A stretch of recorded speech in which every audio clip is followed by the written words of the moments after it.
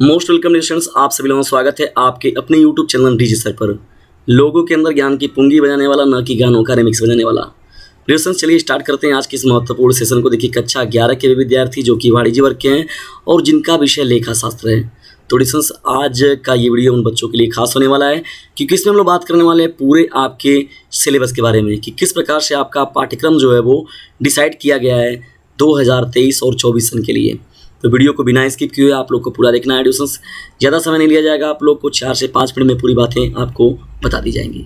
तो चलिए, वीडियो थोड़ा सा भी हेल्पफुल रहेगा तो इसे शेयर जरूर कीजिएगा। और कोई भी टॉपिक में आपको डाउट होगा तो डीजे सर चैनल पर आप व्हाट्सएप मैसेज के थ्रू या कमेंट बॉक्स के थ्रू आप अपनी समस्याएं भेज सकते हैं कि सर मुझे पहला चैप्टर जो है वो क्लियर नहीं हो रहा है लेखा शास्त्र का, तो उस पर आप लोग को लेक्चर अवश्य प्रोवाइड कराया जाएगा। देखिए, भाग 1 में जब बढ़ते हैं हम लोग वित्तीय लेखांकन में जब हम बढ़ते हैं यहाँ बड़ी तो देखिए यहाँ पर वित्तीय लेखांकन में क्या है, इकाई आपका यहाँ पर जो शामिल किया गया है इकाई फर्स्ट में। देखिए यहाँ पर इकाई फर्स्ट है ना वित्तीय लेखांकन में। तो पहला जो है आप लोग का लेखांकन एक परिचय, ये आपका 10 नंबर का भारांश है। यहाँ पर देखिए सम्मुख लिखा हुआ है भारांश।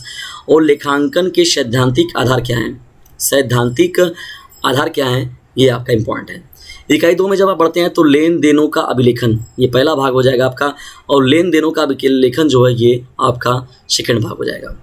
इकाई 3 में जब आप बढ़ते हैं तो बैंक समाधान विवरण, ये है आप लोगों का। और तलपट एवं अशुद्धियों का शोधन किस प्रकार से किया जाता है, ये इकाई 3 में पढ़ा जाएगा। ठीक है, तो देखिए यहाँ पर बटा हुआ बाकायदे चैप्टर वाइज है आप लोगों का और नंबर भी लिखा हुआ, भारांश भी उसी प्रकार से। तो उस तरीके से आप लोग खुद ही समझ जाएँ कि हाँ कौन सा टॉपिक जो है वो ज़्यादा मोस्ट इंपॉर्टेंट है। और इकाई 4 में जब आप बढ़ते हैं देखिए यहाँ पर तो हास प्रावधान एवं संचय, यानी इकाई 4 में जो शामिल किया गया इसमें क्या है, हास प्रावधान और संचय, ये जो आपका 20 नंबर का है। ठीक है, तो टोटल आपका जो है भाग 1 से 55 नंबर का प्रश्न पूछा जाएगा। ठीक है, जब आप बढ़ते हैं यहाँ पर वित्तीय लेखन की ओर जब आप बढ़ते हैं, देखिए यहाँ पर तो वित्तीय लेखन में इकाई 5 में वित्तीय विवरण फर्स्ट और वित्तीय विवरण सेकेंड। और इकाई 6 में जब आप बढ़ते हैं तो लेखांकन के लिए डाटाबेस की सूचना और डाटाबेस प्रबंध पद्धति के प्रयोग द्वारा लेखांकन प्रणाली, तो ये 45 नंबर का, यानी खंड भाग 1 से जो होगा आपका 55 नंबर का और भाग 2 से जो होगा आपका 45 नंबर का, यानी टोटल जो होगा आपका 100 नंबर का पूछा जाएगा। देखिए यहाँ पर भाग 1 पे जब आप बढ़ते हैं आमुख के बारे में तो लेखांकन एक परिचय, तो देखिए इसमें लेखांकन का अर्थ क्या हो गया, लेखांकन एक सूचना के स्रोत में हो गया, लेखांकन का उद्देश्य क्या, लेखांकन की भूमिका क्या हो गई, तो ये सभी बातें जो है हम लोग अध्ययन करेंगे लेखांकन के अंतर्गत जो दिया गया है। और लेखांकन के सैद्धांतिक आधार में अगर देखा जाए तो सामान्य मानक लेखांकन सिद्धांत GAAP, आधारभूत लेखांकन संकल्पनाएं हो गई, लेखांकन प्रणालियाँ हो गई, लेखांकन के आधार हो गए, लेखांकन के मानक क्या क्या बनाए गए हैं, इन सभी को जो है अध्ययन किया जाएगा। इन सभी का जो अध्ययन है वो लेखांकन के सैद्धांतिक आधार पर किया जाएगा। चलिए बढ़ते हैं हम लोग आगे यहाँ पर और देखते हैं कुछ अन्य चीज़ों को। इकाई 2 में जब आप बढ़ते हैं एडिशन तो देखिए लेन देनों का अभिलेखन, किसका, लेन देनों का अभिलेखन, ये आपका देखिए इसमें शामिल होता है। लेन देनों का अभिलेखन जो है व्यवसायिक सौदे एवं स्रोत लेख, लेखांकन समीकरण क्या होता है, नाम व जमा का प्रयोग किस तरीके से होता है, प्रारंभिक प्रविष्टि की पुस्तकें क्या होती हैं और खाता बही क्या होता है, रोजनामचे से खतौनी। ठीक है, तो लेन देनों के अभिलेखन में इसको शामिल किया गया है, लेन देनों के अभिलेखन फर्स्ट में।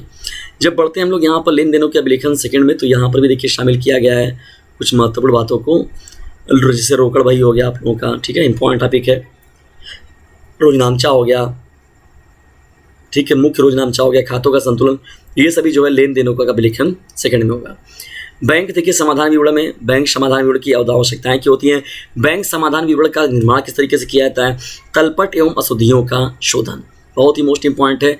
देखिए तलपट का क्या अर्थ होता है, ये आप क्लास 10th में भी पढ़ के आए हैं वहाँ से, और यहाँ पर थोड़ा उसी का विस्तार किया जाएगा। तलपट का क्या अर्थ है, तलपट बनाने के उद्देश्य क्या क्या है, तलपट को तैयार करना चाहिए या क्या नहीं करना चाहिए, क्यों करना चाहिए, तलपट के मिलान का महत्व क्या है, अशुद्धियों को ज्ञात करने के लिए क्यों क्या किया जाता है, ये सभी जो बातें होती हैं जिनका अध्ययन हम लोग किसमें पढ़ते हैं, तलपट के में देखते हैं। हास प्रावधान और संचय में देखा जाए तो देखिए हास और इसके मेल खाते शब्द क्या हैं, हास के कारण क्या होते हैं, हास की आवश्यकता क्यों है, ये पूरी की पूरी जो बातें होती हैं वो अध्ययन की जाएंगी इस चैप्टर में, हास प्रावधान और संचय में। भाग 2 में जब आप बढ़ते हैं देखिए तो वित्तीय लेखांकन की बात हो गई, तो इसके अंतर्गत देखिए प्रलाभन लाभ तुलन पत्र, ये सभी बातें हो गई। वित्तीय ऋतु में समायोजन की आवश्यकताओं के बारे में हो गया, अंतिम स्टॉक बकाया व्यय, ये सभी बातें हो गई। और देखिए इकाई 6 में देखिए लेखांकन के लिए डाटाबेस की सूचना हो गई। तो इस तरीके से आपका ये सिलेबस है। ठीक है दोस्तों, तो